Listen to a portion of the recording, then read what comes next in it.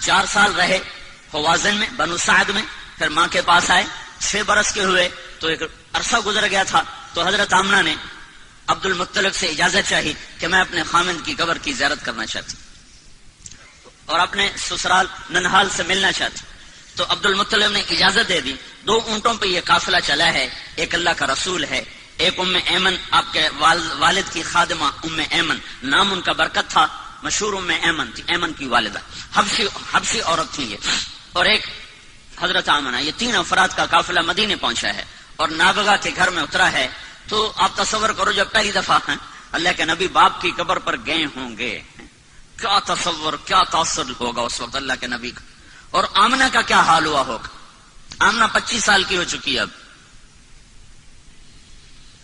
اور ماں اور بیٹا، اور آگے تربت ہے، قبر ہے، کیا باتیں ہوئی، کیا گلے ہوئے، کیا شکوے ہوئے، ان کو تاریخ نے محفوظ نہیں کیا ہے، نہ کسی مورخ کے قلم نے ان کو پکڑا ہے۔ ہم تصور اور تخیل میں دیکھ سکتے ہیں کہ ایک جوان بیوہ معصوم بچے کو لے کر پہلی دفعہ جب خامند کی قبر پر گئی ہوگی تو اس کی زبان سے کیا کیا مرثی اور کیا کیا نوحے نکلے ہوں گے، اور اس کے دل نے کیا انگنت کہانیاں اپنے اندر ہی اندر دہرائی ہوں گی اور سنائی ہوں گی۔ 1 مہینہ وہاں قیام کیا ہے، 1 مہینہ کے بعد یہ قافلہ واپس مدینے کو چلا ہے، اور ابوا کے قریب پہنچ کر اچانک جیسے حسیب کی ماں کو اچانک موت نے پکڑا، حضرت آمنہ کو موت نے اچانک پکڑا ہے۔ کوئی بیمار نہیں ہے، کچھ نہیں ہے، بیمار ہوتی تو سفر کرتی، اس وقت کا سفر کوئی موٹر پہ تھا، اونٹنی کا سفر تھا، اچانک موت نے پکڑا ہے۔ اور میں نے سن 2000 میں جا کے قبر کی زیارت کی تھی، ابوا کے جنگل میں وہ قبر ہے، ایک رہبر، ویسے کوئی نہیں جا سکتا، قدرت مہربان ہوئی، ایک رہبر مل گیا، اس کی وساطت سے ہم اندر گئے۔ ابوا کی بستی سے کچھ 4-5 کلومیٹر ایک سڑک نیچے پہاڑوں میں جاتی ہے، اس کے بعد وہ ہمیں کہاں لے گیا کچھ پتہ نہیں، سر وہ اپنی یادداشت کی سڑک پہ چل رہا تھا، اور ہمارے پاس ایک عرب کی جیپ تھی، اس میں ہم سوار تھے، اوپر نیچے ٹھوکریں کھاتے کھاتے کھاتے ادھر شام ہو رہی تھی، تو وہاں ایسے نوکیلے پہاڑ ہیں، اس طرح ان کی سب پہاڑوں کی یوں نوکیں یوں، اور ان کی اونچائی جتنی یہ آپ کی مسجد کی چھت ہے اتنی اونچائی، بڑے پہاڑ نہیں، اتنے پہاڑ ہیں۔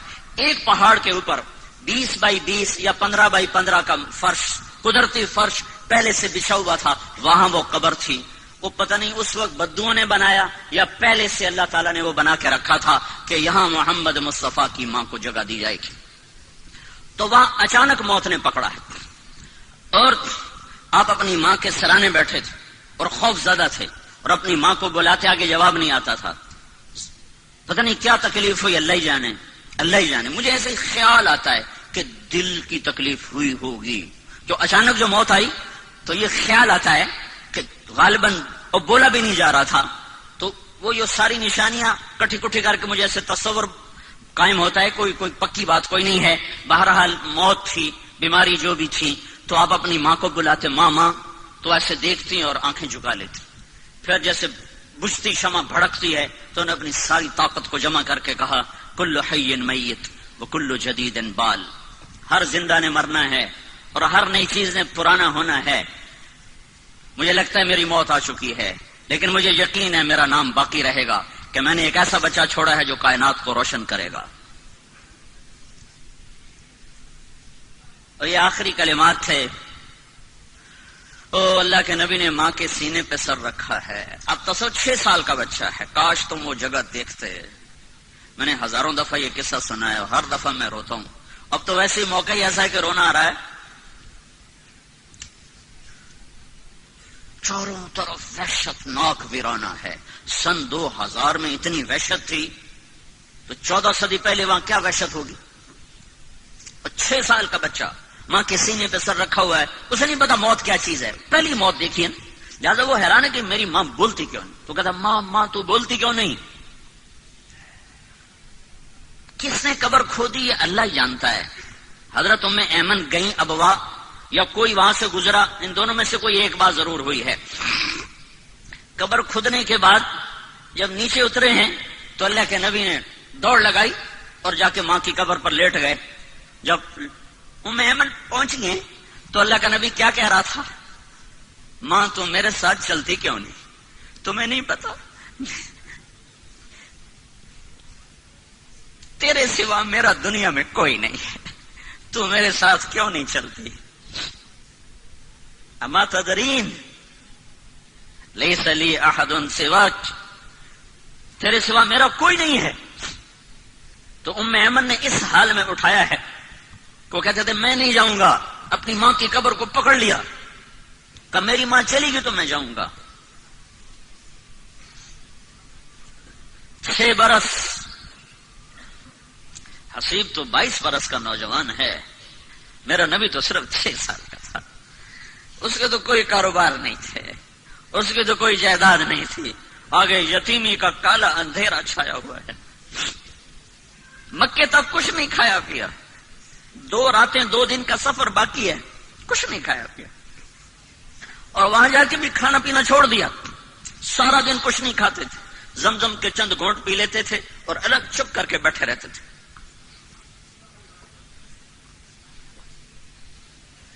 6 سال کے بچے کو نہ ماں ملے نہ باپ ملے، اس کی کیا زندگی ہوگی؟ ہو کون؟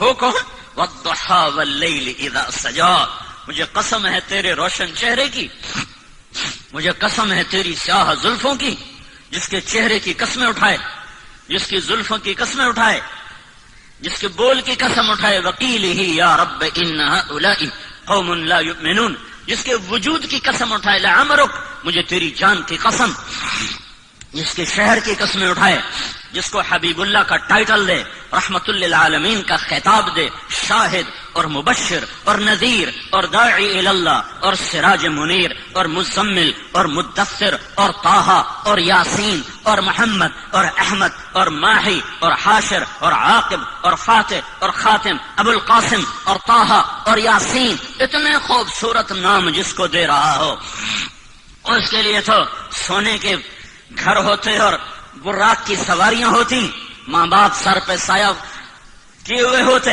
6 سال کی عمر میں اٹھایا ہے، بوڑھا 102 سال کا دادا، 102 سال کی عمر، جب انہیں دیکھا اپنے پوتے کے آنسو تو ان کا سینہ غم سے پھٹ گیا۔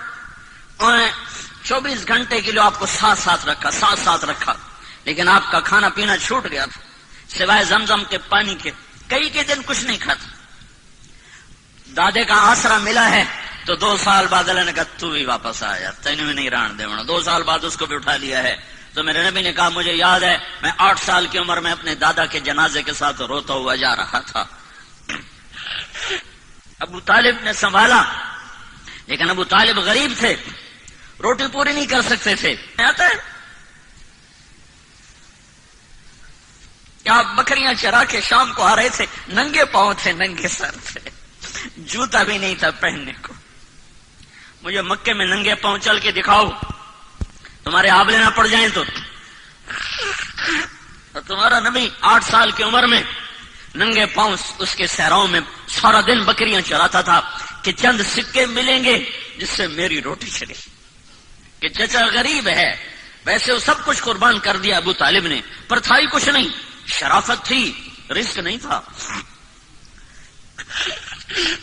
تو سارا دن آپ بکریاں چراتے تھے، اور شام کو 8 سال کے بچے کھیلتے تھے اور تمہارا نبی بکریوں کے پیچھے ہوتا تھا کہ کچھ سکے ملیں گے جس سے میرے چچا کا بھی اور میرا بھی گزارا ہوگا۔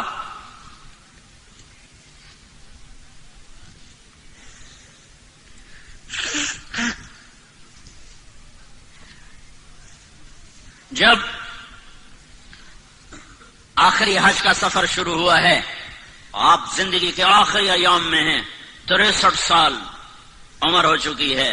6 سال کی عمر میں ماں کو اللہ تعالیٰ نے اٹھایا تھا۔